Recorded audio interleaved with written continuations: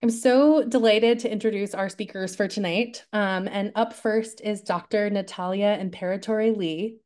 Dr. Imperatori Lee is a professor of religious studies at Manhattan College in the Bronx, New York, where she also coordinates the Catholic Studies program. She is the author, most recently, of Women and the Church, From Devil's Gateway to Disciples, and of Quentame, Narrative in the Ecclesial Present. Her work focuses on the intersection of Latinx theologies, feminist theologies, and Catholic ecclesiology. She is published in Theological Studies and the Journal of Feminist Studies in Religion. A native of Miami, Florida, Dr. Imperator Lee has served on the board of directors of the Catholic Theological Society of America and the Academy of Catholic Hispanic Theologians of the U.S. She is a frequent commentator in media on matters pertaining to church, women, LGBTQ plus issues, and more. At Manhattan College, she teaches courses on contemporary Catholicism, including Vatican II, as well as courses like Sexuality and the Sacred and Women in Western Religion. Dr. Imperatori Lee speaks regularly at parishes, universities, and in other venues about feminism, faith, and the Latinx communities in the United States. Her writing has appeared in Commonweal and America magazines and has appeared as a guest expert on Pope Francis on CNN and MSNBC. She lives in the Bronx with her spouse and children. Thank you so much, Natalia. Olivia, thank you for that really sweet introduction. And thank you to you and to Russ for conceiving of this. Everyone at FutureChurch, I've been associated with FutureChurch for quite a few years now, and it's an institution that gives me a little bit of hope in an institution that doesn't give me a lot of hope. So thank all of you as well for joining us on a Wednesday night. If you're in New York City, I apologize. The weather is positively Miami-like outside, and I feel like it's my fault because we were just there. But I hear we're getting relief tomorrow. So here's hoping. Tonight's event, Julie and myself have recently sort of put out books on women and Catholicism or feminism and Catholicism. And so we're here to kind of talk a little bit about our books and also about how they interact in terms of feminism and faith. So I'll tell a little story and then I'll do a couple things on my book and then hopefully point to some places of convergence. So last March, I had the honor of being one of Judith Plaskow's guests at her induction into the National Women's Hall of Fame. This was a very strange thing for college professors to be invited to, and my friend Michelle and I went, and it was at Cipriani, Wall Street, and there was a red carpet. I mean, what can I tell you? It was amazing. And so some of the other inductees this year were Serena Williams, Ruby Bridges, Kimberly Crenshaw. I mean, just so you get like a vibe of who was in the audience at this event. Obviously, Judith Plaskow, who's a Jewish feminist theologian, was honored to be inducted, and she was introduced by another great theologian, Catholic theologian, I believe, Rita Nakashima Brock, who's a prior inductee of the hall.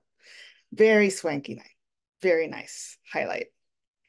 But we were struck during the induction and afterward at how, in Judith's own words, religion remains a kind of unwanted stepchild at the table of mainstream feminism. Obviously, it wasn't anything that Nakashima Brock was saying. Her introduction was beautiful and erudite. It was everyone kind of around the introduction. There was an inability to say the word theologian in that room. I think someone said theologist at one point, which I mean, I guess, okay. But, you know, it's the Women's Hall of Fame. You know, we should have the job correct. But also there was just this sense of puzzlement at why a woman who calls herself a feminist, like Plaskow, a lesbian feminist even, would still want to be publicly acknowledged as Jewish, as committed to institutional religion. It's not so much open contempt, though for sure there is some of that in some circles, right? Open contempt, the one for the other. As it is just not knowing what to do. Not knowing what to do with those of us who remain committed to problematic institutions. This is why I'm so profoundly grateful to be engaging in our conversation tonight, because I think Julie and I, and all of you who are listening, are those kinds of people, people who fit uncomfortably in many spaces where we know we belong.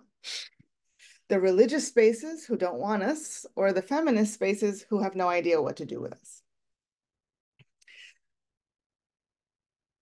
So I'm glad about this. Feminist theology is what my book is about, and feminist theology helps me breathe. That was the first kind of image that came to mind when I started thinking about why feminism and faith are intertwined for me. From the first time I read any theology written by a feminist, which was in the 11th grade in 1993 in Miami, Florida, I gasped in amazement that it was possible to think about God and the church in this way, right? So that first breath, it's almost like being a newborn. And ever since then, if I'm thinking theologically or thinking about God taught, right? Theos plus logos, and we're not paying attention to what women are saying and doing and how they're praying and writing about God, then I feel like somehow I'm underwater. Like I can't really take a deep breath. I've never been as energized as anything as I am about feminist theology. And part of it is the energy that comes from the rage at everything that's wrong in the world and that sort of deep-seated anger that I think Sandra Schneider's pointed to, but also hope. You know, it's like two lungs, both of these breathing. So when Paulist approached me about taking up a project, writing a book about women and the church, it was utterly daunting and terrifying. But I thought, give it a shot. No, I'm just kidding. I was terrified to write it. It felt impossible to distill, to do justice to the sort of field of feminist theology, which at this point is several decades old. And as I sat down to do this during my sabbatical in the spring of 2020, 6 weeks into my sabbatical and writing, pandemic lockdowns began. I was sharing my room of one's own with a high schooler, and I was sharing a New York City apartment with a high schooler, a middle schooler, and another academic. So the Women in the Church book is sort of a labor of love that took way longer than it should have, but at the same time, I feel like it came out at just the right time.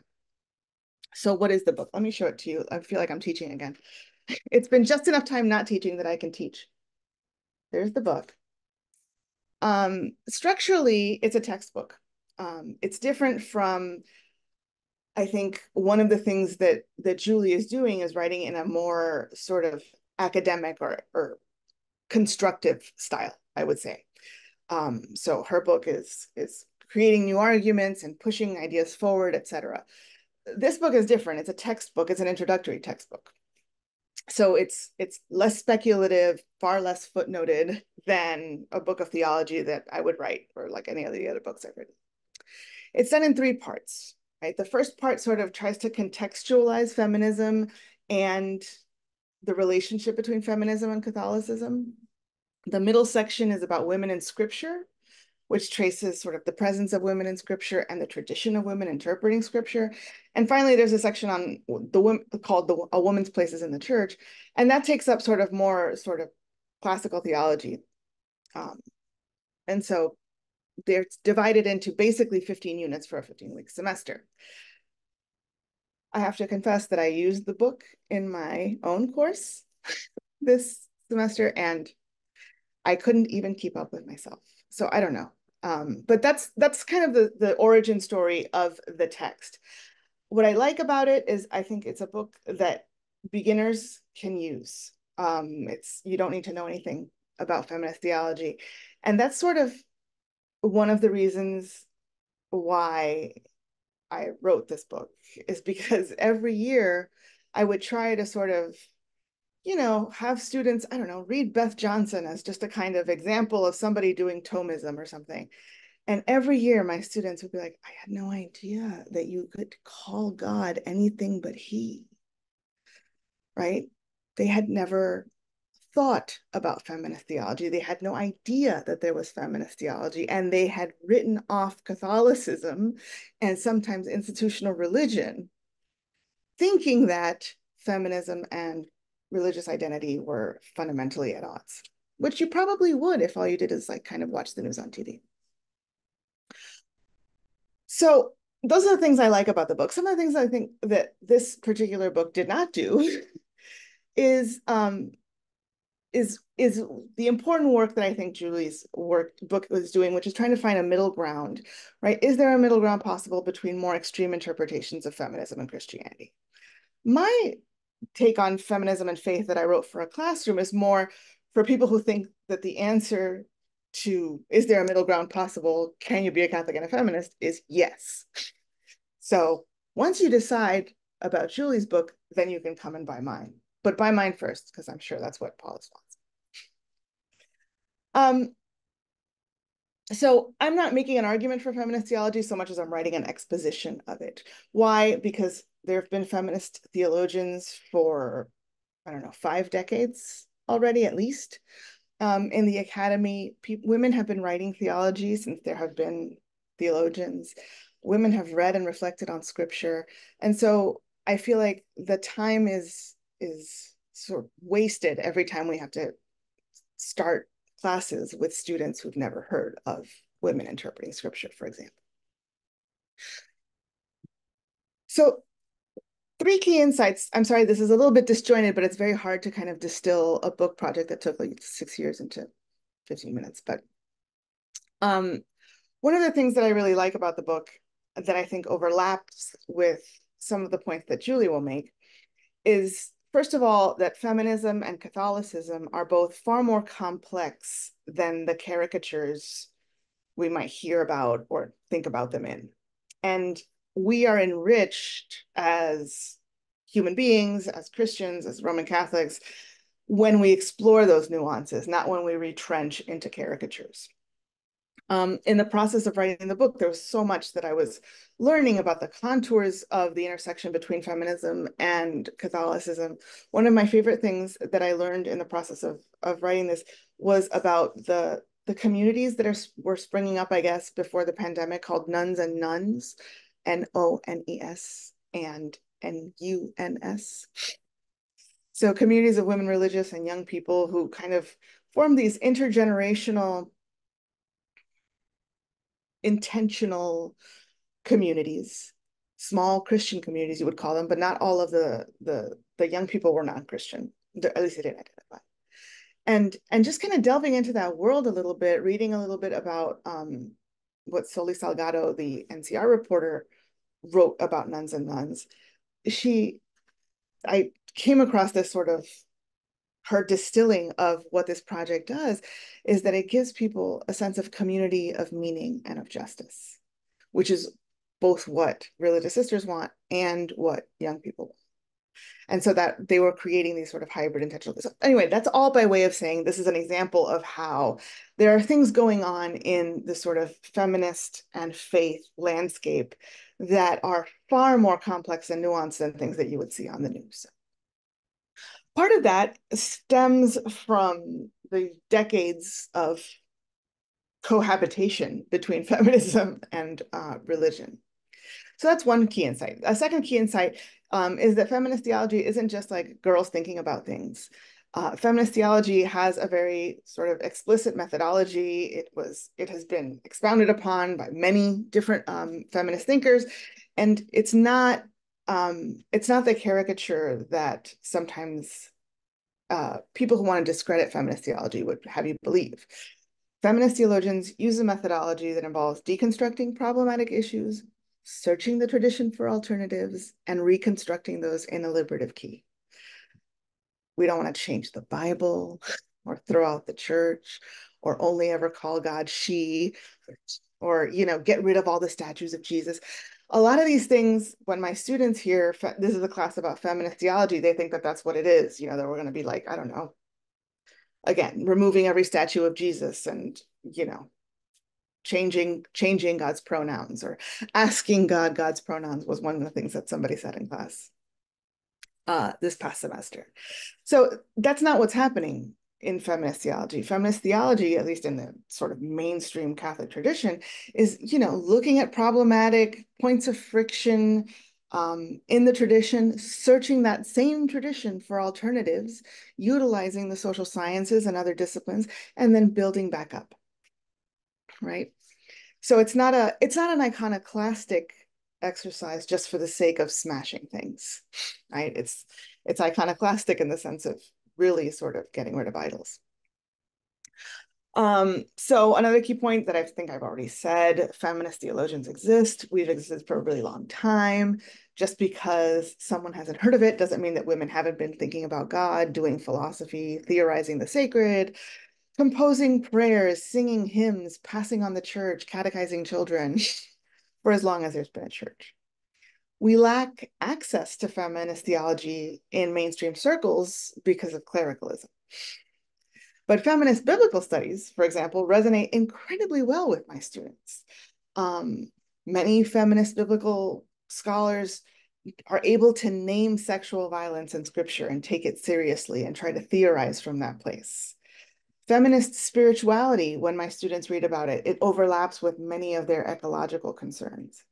So I think, for me at least, feminist theology is a bridge building exercise, not necessarily to non-feminists or anti-feminists, but a bridge building exercise to a generation of students who are largely unchurched and by conviction post-institutional, right? And I think it builds that bridge because it models a kind of uncomfortable fitting that I talked about at the beginning of my remarks, that all of us experience, right? It models how to be kind of a round hole in a square peg, or to feel, to rub up against the sides of your institution and be chafed by that. Speaking of experiences, experience as a locus or source of theology was popularized in the post-Vatican II theological renaissance that really began a little bit before the council with thinkers like Karl Rahner and Marie-Dominique Chenu, etc. But Julie notes in her book, and I do as well in mine, that experience is kind of a difficult category. It's fraught for feminist theologians who want to hold on to that tension, that difference, right? Whether it's sexual difference or gender difference or differences make a difference, but that sexual difference doesn't make all of the difference. So the idea of experience as a place where God acts, right? Our everyday common human experience, what we used to call it. Anyway, that's, I think, a point of connection between me and Julia. So I have a few things to consider for the future. The first is that I feel sometimes a little bit of despair at how much work remains ahead. I feel like intersectionality, right? This goal of really honoring voices that are different from our own and understanding compounding oppression, that is a really big challenge for all of us. And it increasingly feels like an eschatological goal, right? We strive toward it asymptotically, like justice. We strive toward it asymptotically, and we try our best to get there, but we always fall short. I also, I'm sure every author has felt this, feel like the book is already out of date, that there's so much that I didn't include or couldn't include. But it's really hard to think of, if I have 15 weeks for students to learn what feminist theology is, what is the must know? And that was kind of difficult. So there's a lot of work still to be done. I look forward to my students' feminist theologies, etc. Nancy, I love seeing you here. So I really appreciated Julie's efforts to carve a middle ground. I feel like this is more important now, the more divided that we are, both as a church, as a nation, etc. At the same time, I think in reading Julie's text again for this event, I was struck that both of us are aiming for this audience member, right? Of people who are like most people, right? Most people are not extremists. Most people are trying to be good Christians, and most people are trying to live out their convictions within the constraints of their daily lives, by which I mean most people who would read these books. I don't believe that most people are striving to be good Christians. But trying to sort of just muddling through, right? This is what we're all doing. And our goal in trying to write books like this and trying to push the cause of the uneasy fit between feminism and faith forward is to sort of empower a new generation to move our understanding of God to new places. That's what I really want, right? And it's not just what I really want, right? It's what I think God wants. Not like moving the cause forward necessarily, but just different, creative, right? Like sort of reveling in the creativity that was put there by God. So yeah, that's kind of the story of women in the church. It's definitely, I think, positionality wise, vis-a-vis Julie, a sort of case for yes, and this is how, which is, I think, pretty much where I am as a person. Thanks.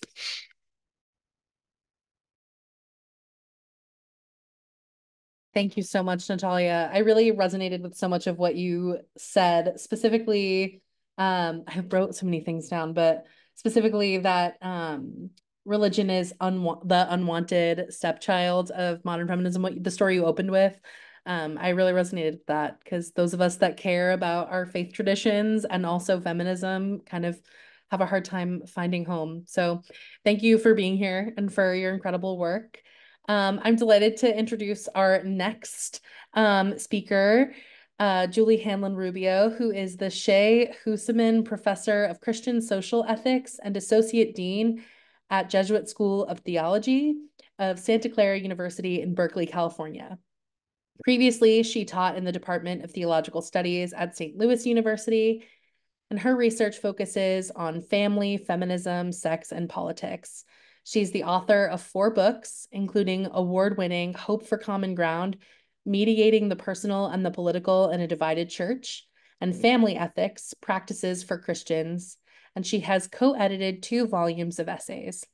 She's published in a variety of academic journals, including Theological Studies, Horizons, the Journal of the Society of Christian Ethics, and the Journal of Political Theology. She serves on the United States Catholic Conference of Bishops National Review Board and on the board of the Journal of Catholic Social Thought. She speaks in a variety of public forums and writes for popular venues such as America Magazine, CatholicMoralTheology.com, The Conversation, and National Catholic Reporter. Along with Paul Schutz, she was the principal investigator for the grant-funded study Beyond Bad Apples, Understanding Clergy Perpetrated Sexual Abuse as a Structural Problem and Cultivating Strategies for Change. Her new book, which she's here to talk about today, Can You Be Catholic and a Feminist, was published this year by Oxford University Press. Thanks for being here, Julie.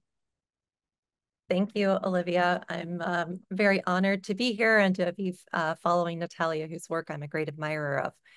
I wanted to start out also by saying I'm really pleased to be with FutureChurch. I think my location growing up in the church is a little bit different from Natalia's. I grew up kind of on the outside, I guess, or on the left, in what do I call a base community in Tampa, Florida, called Spesnova, a community that met for Mass in our homes. That was really church to me from about 9 until I went to college. And that experience definitely has formed me. And even though now I teach in a seminary, I mostly hang out with priests and religious sisters. So I'm very much sort of in the center of things, although here on the left coast. But really, I grew up in that space where it was always clear to me that people who questioned could be good Catholics. They were the only Catholics I knew, actually. So I want to talk a little bit about where this book came from today, and I'll start by talking about why this question, why now? And I have kind of a 2-part answer that involves focusing on what is in common, what feminists and Catholics hold in common, and where the tensions are. And I'll talk about both of those parts. So I struggled a great deal with the cover for the book, which is Mary and the Annunciation. I went through all these images, and I did not like most of the images they gave me. I was not a very cooperative author. Because I just did not want a Mary that looked like too pious and and surrendering. And I also did not want a triumphant Mary, because I felt like the question I was raising was a hard question that involved struggle. And so I'm like, I need struggle. I need struggle in the face of this. And what I got was this this painting that I'd never seen before, and they liked it because it's, you know, in the public domain and free. And it is Mary pondering.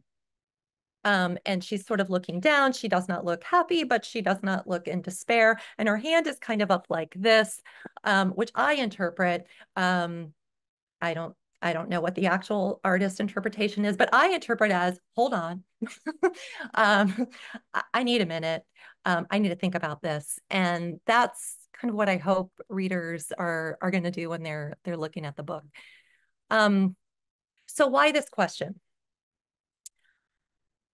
Natalia takes the long view, the historical view, which I really appreciate. And my focus is much more contemporary. In a sense, the official wrestling of Catholics with this question is really only happening from the 1960s on. And so that's the locus for the book. So yes, this has been happening since then, and there are all kinds of books that are from mostly the 70s, the 80s, a little bit the 90s, with some versions of this question. Because Catholic feminism comes out of and is, I think really importantly, a part of the second wave of the feminist movement. But those books have fallen off more recently.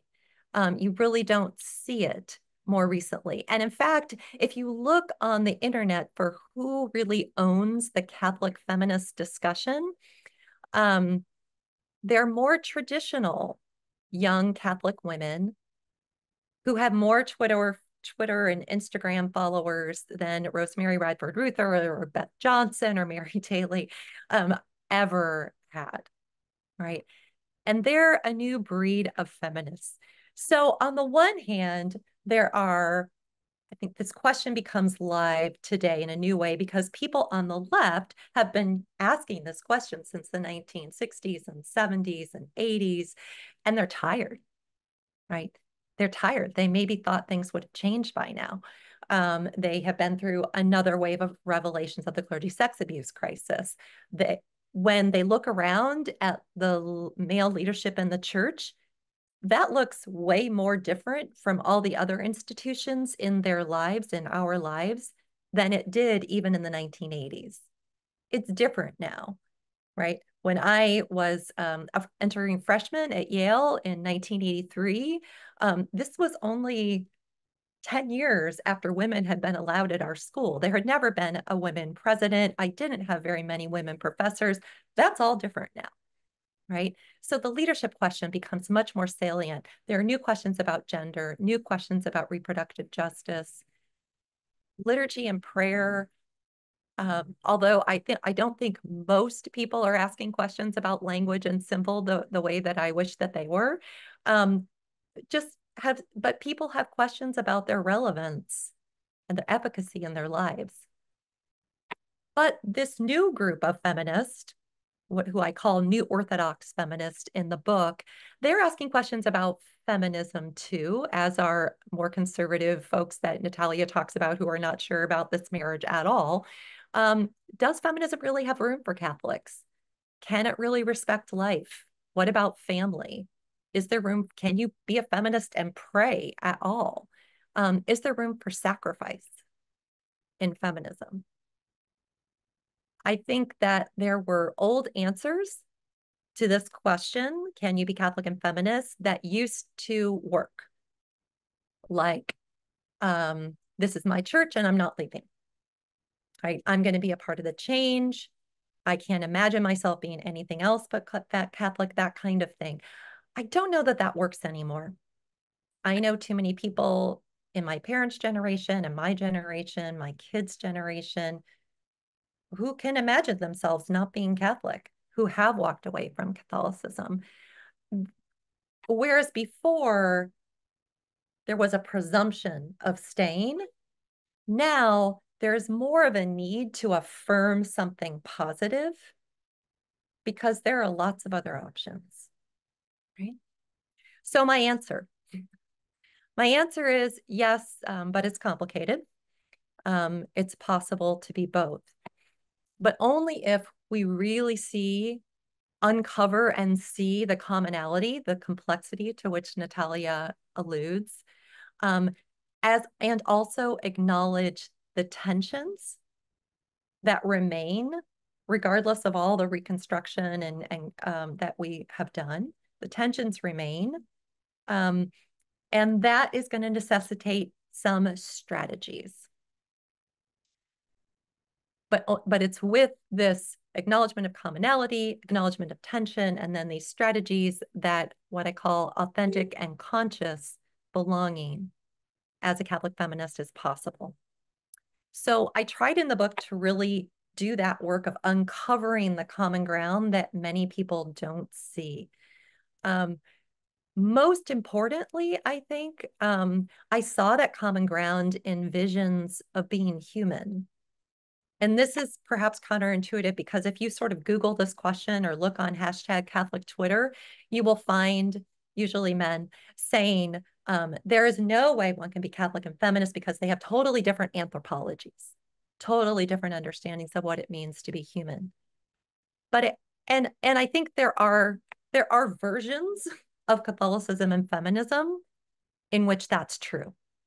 So one might take, certainly I do a lot in the book with a book called The Eternal Feminine, which was a hot book in the mid-20th century that historians tell us women could hardly avoid, which really talks about surrender being at the heart of femininity. The language is really daunting, I think, for a modern reader. I mean, to have no voice, to give your voice, to give your life, to give everything, this is what it means to be a woman. On the other hand, one can take a feminism that I have a lot of fun criticizing, sorry in advance, which I call Eat, Pray, Love feminism, which I think is arguably the most popular feminist work of spirituality today. My audiences normally know this book more than any other book I mentioned. But Eat, Pray, Love is really that kind of freedom, individual. I have a book contract that allows me to travel around the world, finding pleasure in food, in love, and even in a kind of spirituality beyond all obligation. If that's feminism, that's really hard to reconcile with Catholicism. If self-surrender as core to femininity is Catholicism, that's really hard to reconcile with feminism. But there are versions of both Catholicism and feminism that are way more complex than this. And I think that you can see that in Feminist. One of my favorites is the Black feminist poet and thinker Audre Lorde. And within Catholicism, the rock star theologian M. Sean Copeland. I think Copeland does an incredible job of balancing in her book the good of freedom. And when you read the stories of Black women throughout history that she tells, women under slavery, women under Jim Crow, women today, one cannot think of freedom as somehow unnecessary or not worth fighting for, or something we don't need to fight for anymore. Freedom is certainly core to being a human person. And yet also, Copeland is very clear about our obligations and duties of solidarity to others, and not just to others to whom we're related, but to all kinds of others, particularly those who struggle most. So if I look at the best of feminism and the best of Catholicism, I see actually a kind of anthropology that really makes sense of what it is to be human, what it is to live a good human life. There are 3 cases in the book that I see as being also great sources of common ground. Perhaps again, improbably, the case of sex, especially sexual violence, marriage, and work. And in each of these areas, once we get beyond the stereotypes, beyond the extremes, you find commonality between Catholics and feminists. And I think a vision that in very many ways is actually deeper and more attractive than what's on offer in popular culture. So when I read feminists on what is good sex, when I read Catholic feminist theologians on what is good sex, I'll take that any day over what is more popular and less inflected by either of those things, because I think there's more depth, more mutuality, right? More fruitfulness in a broad sense.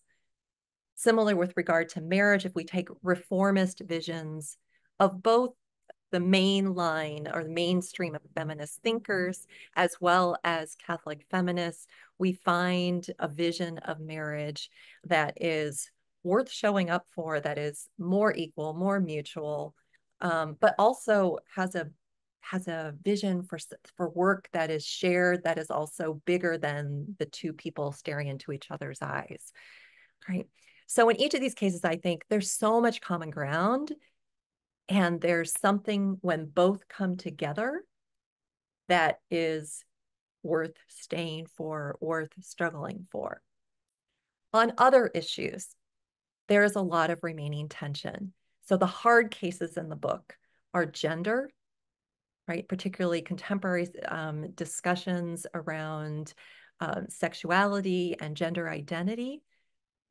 Life, what I call life, and there I'm looking at abortion, but also a broader set of life issues, power, and prayer.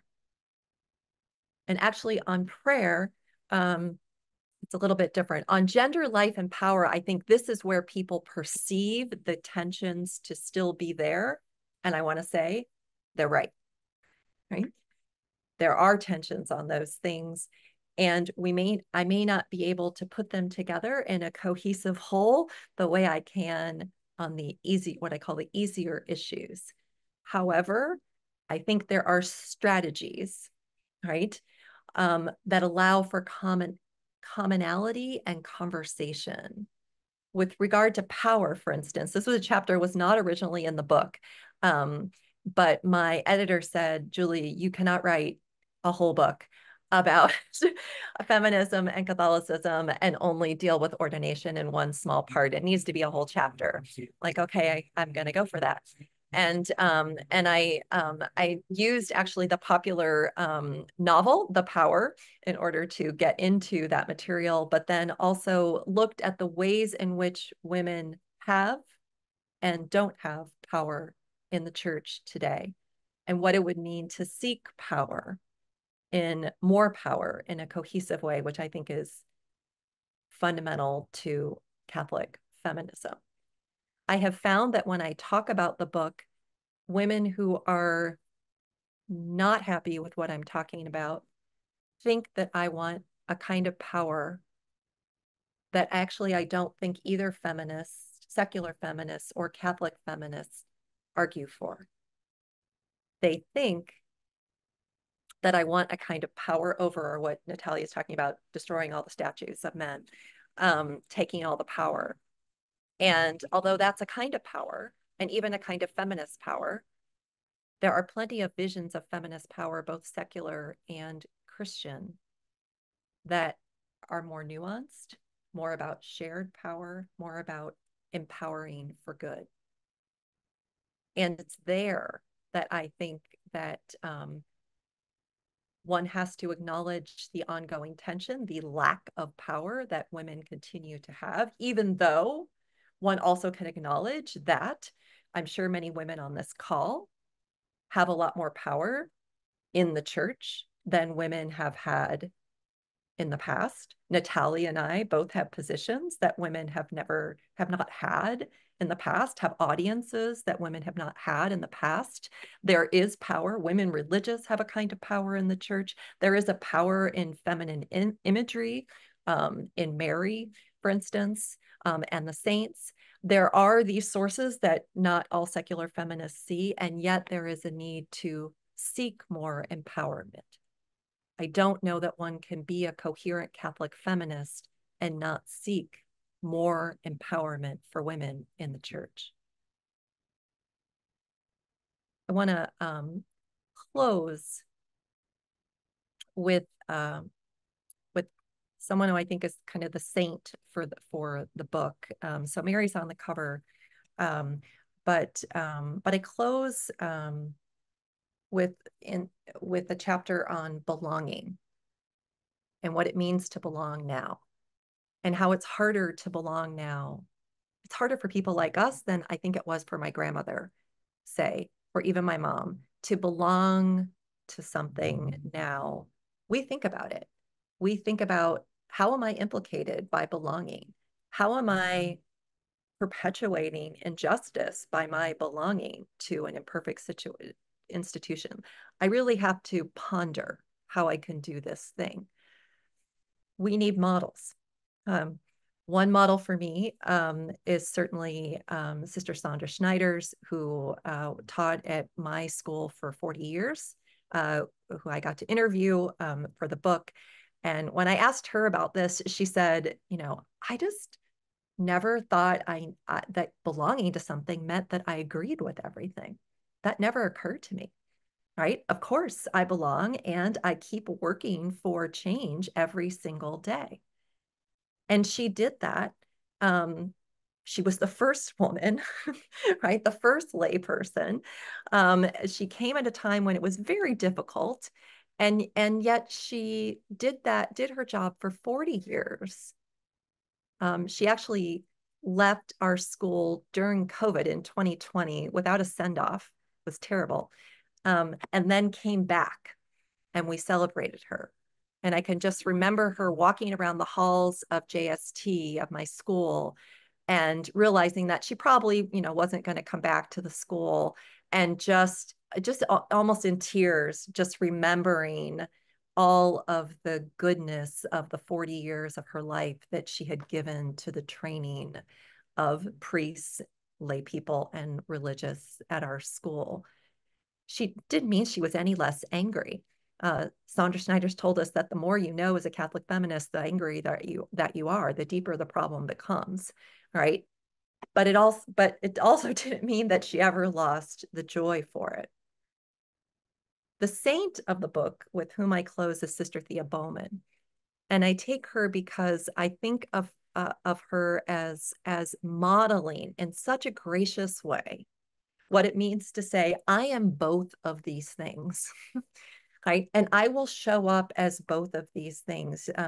She was a convert to Catholicism. You can see in the early picture, she's wearing her habit. She later starts wearing more Afrocentric clothing. She sings. She brings her full Black Catholic self into the space that she's given.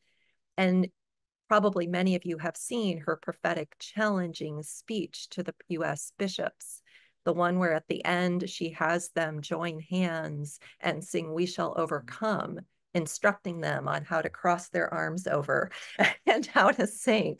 And doing all of that with such clarity about her prophetic voice and what she needed to say, never giving up on that. And yet, right? Joyful, right? Because, and I think this is crucial, because I think she had to know that there were beautiful and rich things about this church, about being Catholic, that she simply could not get somewhere else. And it's with that knowledge, with that consciousness, right, that there is beauty here. It's not just because my grandparents and my parents were Catholic and that somebody baptized me, but because I have discerned that this is where I see beauty and truth, along with all the tensions that remain. And I decide that the struggle is worth it. and that I can be joyful and angry together and stay.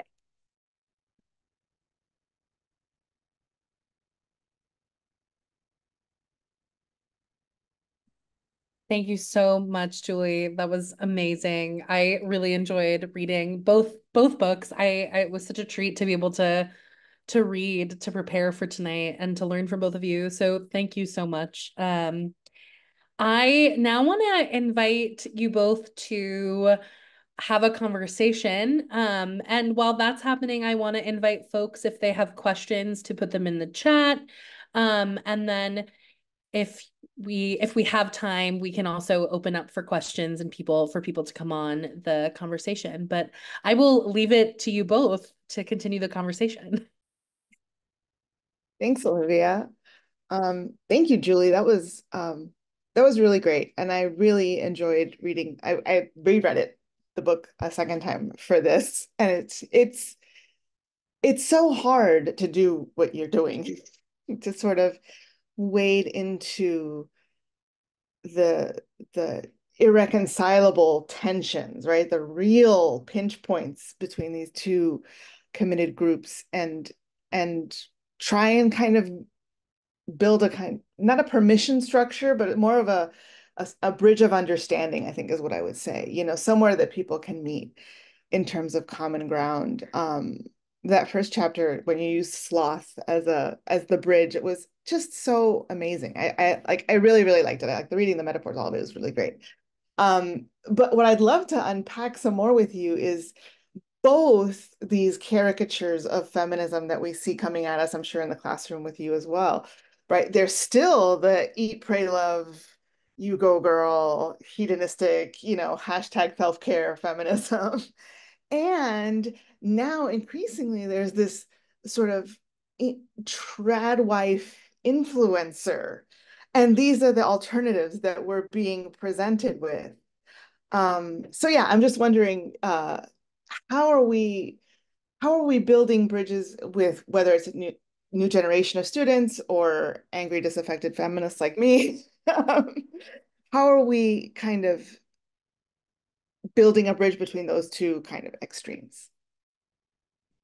Yeah, that's great. I appreciate so much the care with what you're wading through the difficult waters of the book, and which is, I'm sure, will alienate everyone who reads it in some way. So I'm waiting sort of for the fruit to be thrown at me. But I did really want to listen to the New Orthodox feminists that I talk about. I didn't want to simply see them as backlash. I do think they're more complicated than maybe similar kinds of voices have been in the past. And they're also, as we know, like among our students, the ones who they're overrepresented in the people who are committed, right? So, right. And I particularly see that a little bit more, I think, maybe teaching grad students and religious. So I want to be able to talk to the New Orthodox feminists about what they see as being so compelling that they think maybe older feminist theologians, Gen X and before theologians, are missing. And I also want them to recognize that when they're preaching on Instagram, when they are leading retreats and doing these things, they are making space in the church that wasn't there before. And in that way, participating in a feminist project along with, the Beth Johnsons of the world. So I want, and I want them to push them, I guess, a little bit on the need for critique, because it's critique of the tradition that seems to be the sticking point. There's critique of culture, Catholic culture, but not so much tradition. And it seems to me that I don't know how you can be a Catholic feminist and not also be critical of tradition. So, but I want to be able to appreciate the work that they're doing Because, like I said, they're doing it better than any Catholic feminist I know in terms of gathering women and centering women's voices. The bridge to students like yours, yeah, I mean, those are very different groups, right? Yeah. How do we, I guess there I want to say, yeah, what is the spirituality that you're hungering for? Maybe this is back to nuns and nuns.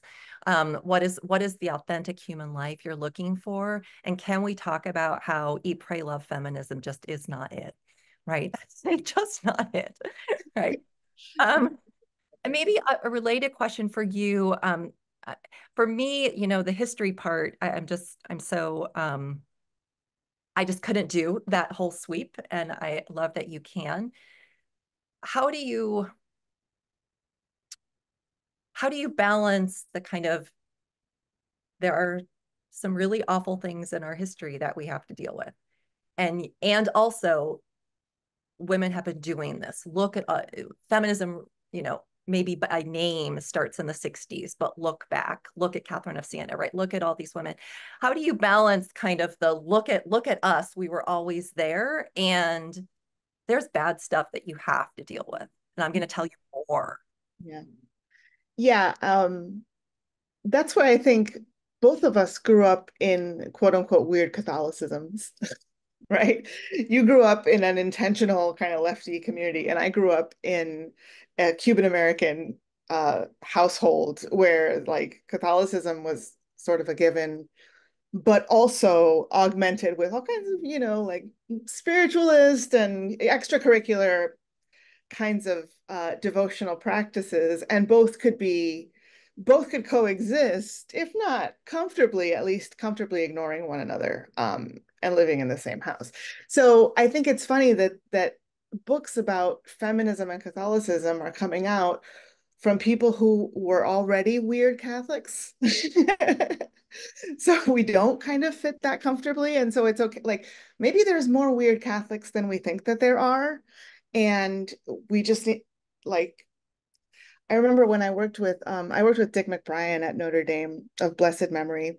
And he was, I mean, you know, what I can't even like, I'm trying to think of who a good kind of lefty political icon would be that would be like Dick McBrien, but it'd be like a Kennedy. Like just really, really mainstream lefty guy. Very nice and very, very grumpy. And he was just like he's a lot like Sandra, I think, believe it or not, although I think both of them would object to that. That in that they were just like, well, of course I don't agree with all of it. It was so matter of fact, like, of course, like, no Catholic agrees with all of it. And if you're coming over here because you think we're right, you should really go somewhere else because we're not right about all of it. And that sort of that reinterpretation of uneasy or weird Catholicism, or the uneasy fit between myself and institutions, maybe it's part of being a kind of a Latina Catholic in this country where, you know, it's the kind of thing where you've always been there, but you've only been visible for the last 10 years or whatever, or in, you know, 50 years. That makes that sort of a part of the vocation that I really take seriously. You know? Should we open it up, or do we? Sure. I have more questions, but yeah. Sure. I see a question in the chat from Rita. Rita, I can read this for you, or if you want to come on the mic and ask it, that's fine too. Okay,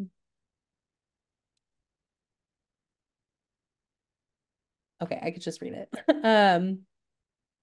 So Rita says, Olivia, I'd like to raise the question of the urgent need to examine tradition that betrays actual scripture texts. Primary examples are the church tradition of describing as a sinner. I'm assuming this is Mary Magdalene, or maybe not, I don't know. Because she was divorced and they ignore her. Oh, you can't unmute yourself. Okay. There you go. Spotlighted. Come on. Okay, thank you. I was trying to write fast, quickly there. So first, thank you both. It was wonderful. And Olivia, this is brilliant. Thank you so much for pulling it together. So I've been on a mission really examining the texts, and this scripture text. This comes from being tutored and mentored by Christine Schenk and all the wonderful people at FutureChurch. And the stunning little teeny book called 12 Apostolic Women by Joanne Turpin is a great introduction. And it made me say, whoa, I never knew that the mother of John Mark, named Mary, had this big room and people prayed in it, and maybe, etc. So anyhow, so I firmly believe, because I've seen it transform my life, and Sandra Schneider's lecture at BC does this. She says, when you really bring scripture integrated into who you are, you'll have an aesthetic change. And by that, she means your full emotional, spiritual life will be transformed in some way. And so I've done that with the Samaritan woman, and I've done that with Mary Magdalene, and a few other women. And then I read things like this ridiculous book that came out of the Magdala Center and written by a woman there who's not a scholar and who still tries to maybe, she was a sinner and we don't really know the things we do know. So I guess I'm making a plea that and I hope the feminist theologians are doing this, that you force yourselves to go back in and say, what does Luke 8:1-3 really say about Mary Magdalene, Joanna, Susanna, and the many others? And what are the most current Greek scholar translations, not biblical scholar translations or theologian, but Greek scholars who love, the Bible or something, because that little text says, the 12, as well as some women going with Jesus. And the going with phrase means not just they're traipsing along, but they're doing the same thing he was doing. So we have this model of serving the very first, in a diaconal way, as Barbara Reed says, from the very first time Mary Magdalene is introduced. And I guess I'm just looking to say, I'm begging you wonderful feminist theologians who are so articulate and put so much energy to really root yourself so firmly in the text.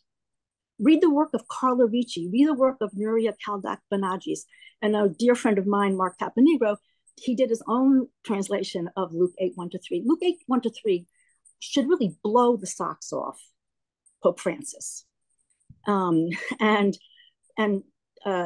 John 20:17 should blow the socks off anyone who says women can't, quote, receive holy orders. In fact, I just changed the description of that painting. I hope you all come to the July 30th Stations of the Resurrection to say, not just that Jesus commissioned Mary Magdalene, he gave her his holy order to go out and announce to the world this electrifying message, according to Scott Lewis and Francis Maloney, that we now can have, because we fulfilled and gone through his life and he's been glorified, and now she's standing in his risen presence.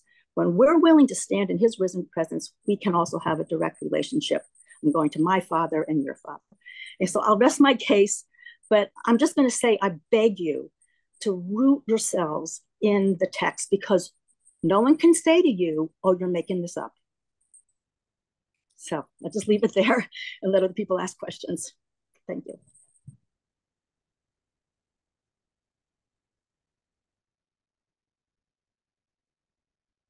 Thanks, Rita.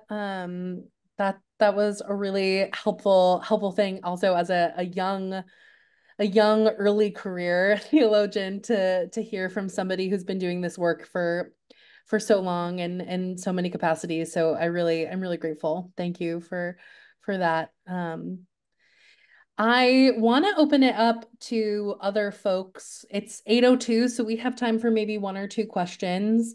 While we're waiting for other folks to either write in the chat or raise their hand, I really appreciated the question and discussion between you both about the trad wife versus eat, pray, love feminism, because I think it really helped me as, a Gen Zer on TikTok, right? Like I see that all the time and I feel so frustrated, but also so confused about my disdain for it, because I kind of have to say to myself, why am I upset about this?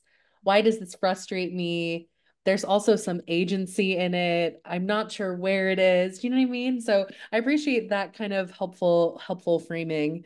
And I think like feminism is such a developing conversation as like intersectionality continues to play a role. But then in these very binary situations of like trad wife versus eat, pray, love, there's still some of that same stuff we've been talking about for so long. So I just wanted to share that I really appreciated that because it's something that comes up in conversation with my friends and peers often. I love the trad wives. I'm obsessed. I'm on Tradwife TikTok. It's like I'm somehow it's happened. I'm on trad wife backlash TikTok, which is Yeah, both. I'm on both. Yeah. equal and opposite. My But For You yeah, page is my students are obsessed with it. And what I love, well, love slash makes me very angry, which you'll note is a through line in everything I've ever published, right? I love it because yes. is how many people think that is the only way Right. to be genuinely religious, right? Totally. If you are quote unquote religious, then this is what you do. Yeah. But neither of those ideas, neither religion nor femininity nor marriage nor power nor agency nor prayer, like all the things that Julie writes about in the book, none of those things are binary or as clear cut. Yeah. There are feminist marriages, my in-laws in the 1940s had a feminist marriage. Mhm. We're not inventing it now. And we're not like the idea that everyone was a kind of June Cleaver is a very sort of white coded, and that doesn't come up as much in the TikTok, right? The racial components of Yeah. of tradwifery. I don't know what Perhaps. Yeah. It's so present in the social media lexicon that I I am so frustrated by it as a young person who considers myself to be faithful and a feminist, to kind of tie us back together. So yeah, just wanted to share my thoughts. Okay, I see a question in the chat. So maybe I will read it.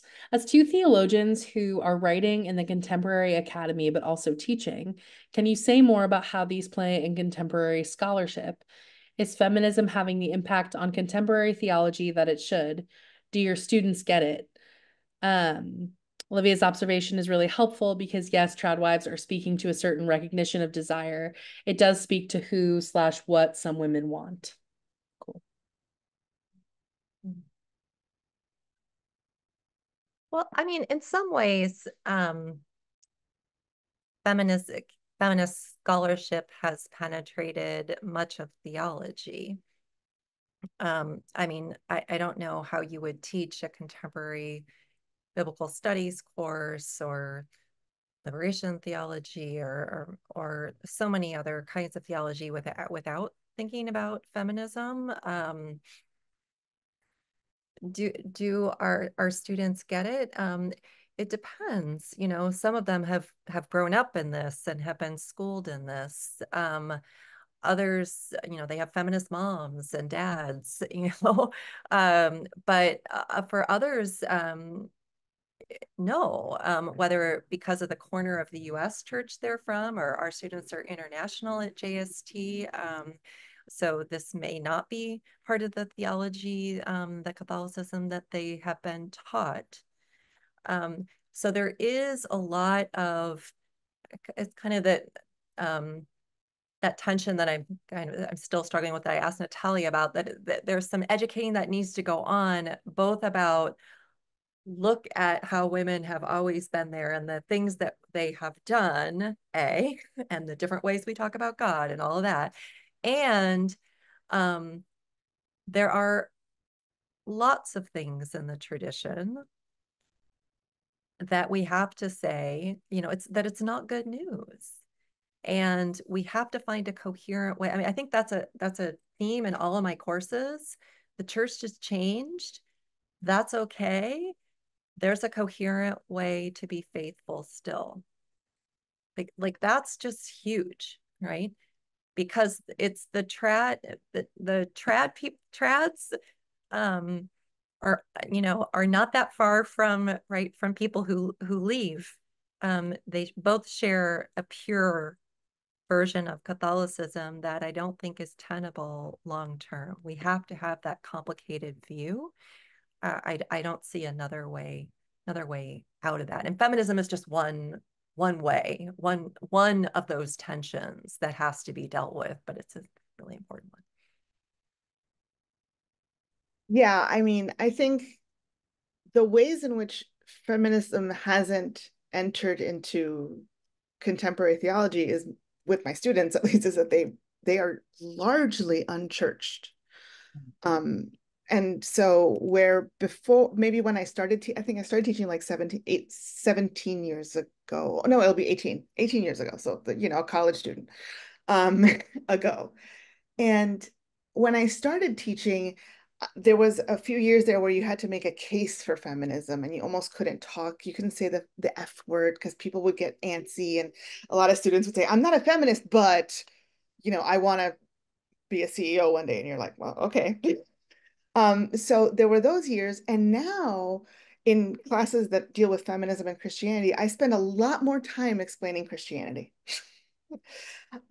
So forget, does feminism figure into their Christianity? Like, there's no Christianity mental furniture placed there. So you have to sort of, I find myself in the very uncomfortable position of being like, okay, so these are church teachings and this is what we believe. Sort of like all the time I spent and the ink I spilled in graduate school being like, theology is not catechesis, it's something different. Here I am, basically doing catechesis for the first 6 weeks of a college course because there's just nothing there. So I think at least the population here in New York that I'm in touch with are very much inculcated into and they've been baptized into the Church of Feminism, less so into the sort of Christian church.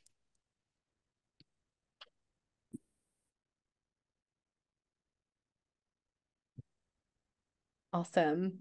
Maybe we'll take this well, actually, I want to just respond to Rita. Rita, the trad wife is a social media trend where women are sharing their experiences and desires to kind of return to a more traditional, air quote, mindset of women as motherhood, like living in motherhood, homemaking, etc. And it kind of glamorizes the life in a really it makes it seem enticing, which is why it's like exciting for social media and kind of pulls people in. I think Julie, you were talking a little bit about the Instagram followers that so many you know, influencers have right now. So that's what it is. I'm not sure what walking with purpose is, but I'm assuming that there could be overlap.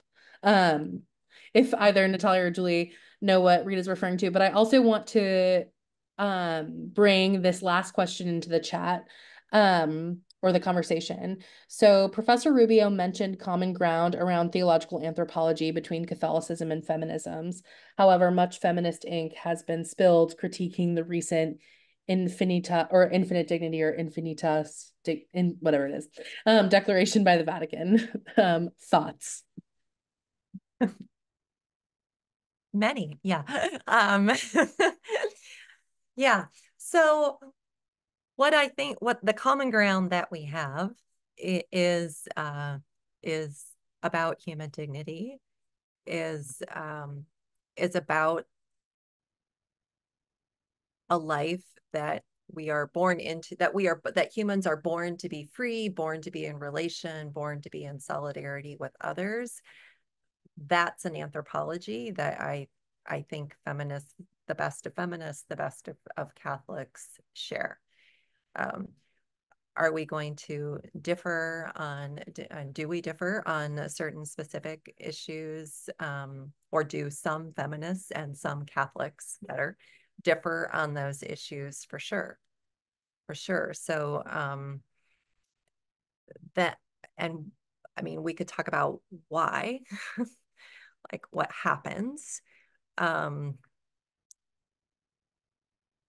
yeah, I mean, I think one why is, Natalia referred to this a little bit, is how we think about experience, right? Although I would not want to say it in a kind of simplistic binary way, like feminists care about experience and Catholics don't. That's not true. Experience is a source of theology, and it's what we learn: scripture, tradition, reason, and experience. These are the four sources that we think about. As an ethicist, I particularly look at social science in everything that I do. Feminists are also not, don't use experience as a trump card.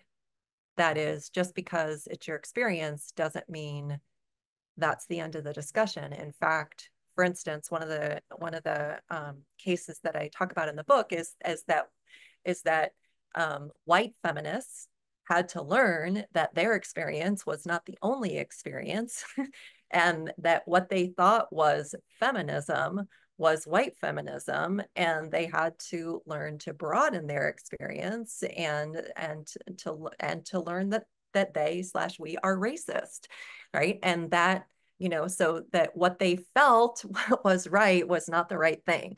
It wasn't the whole story. It doesn't mean that there's nothing redeeming about white historical feminism, but it was not the whole deal. So I think both are complex, but there's probably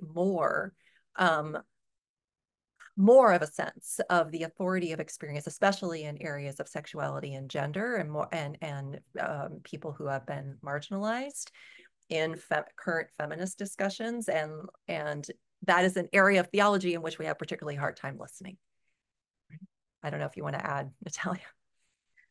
I think the only thing I'd add is that every time something comes out from the Vatican that talks about some, like, anything between the navel and the knees, nothing good is coming.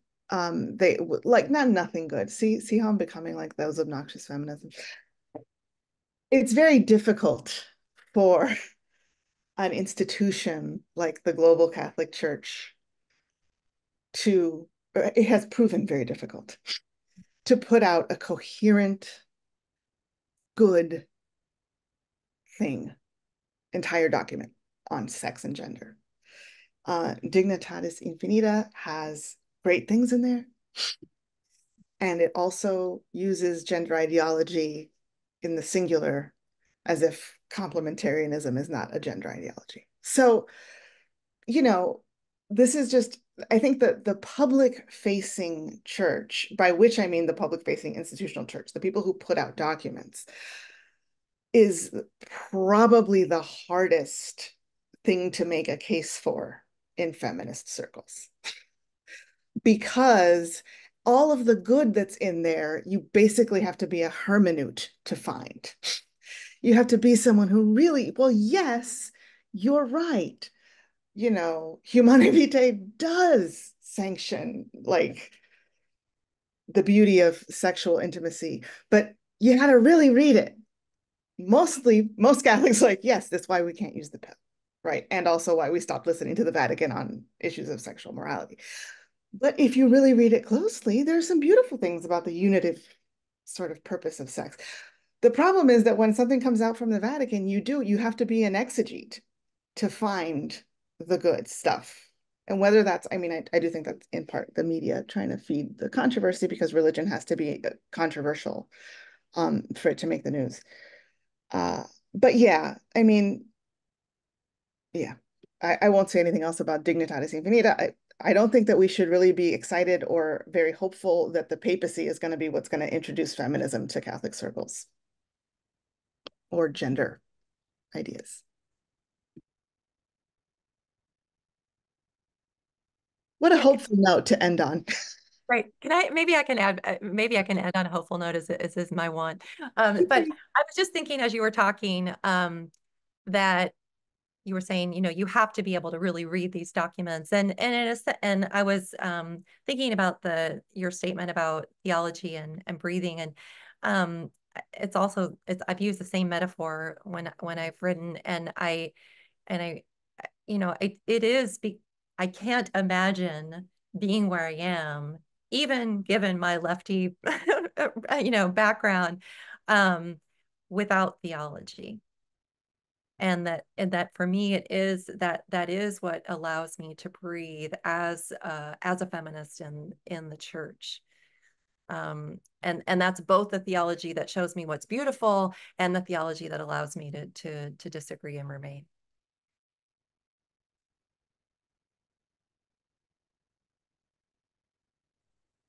All right. Well, I think we'll end there on that slightly more hopeful note. I love your fire, Natalia, and I love the way you tell it. Like sometimes I feel it in my heart. So thank you so much.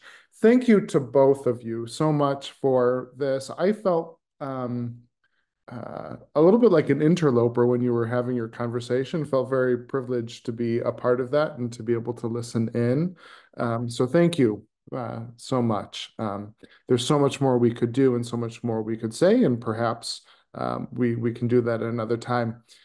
And thank you, Olivia, too, for bringing Natalia and Julie together and preparing such a wonderful, informative, and just a great evening for all of us. Thank you for your work, Olivia.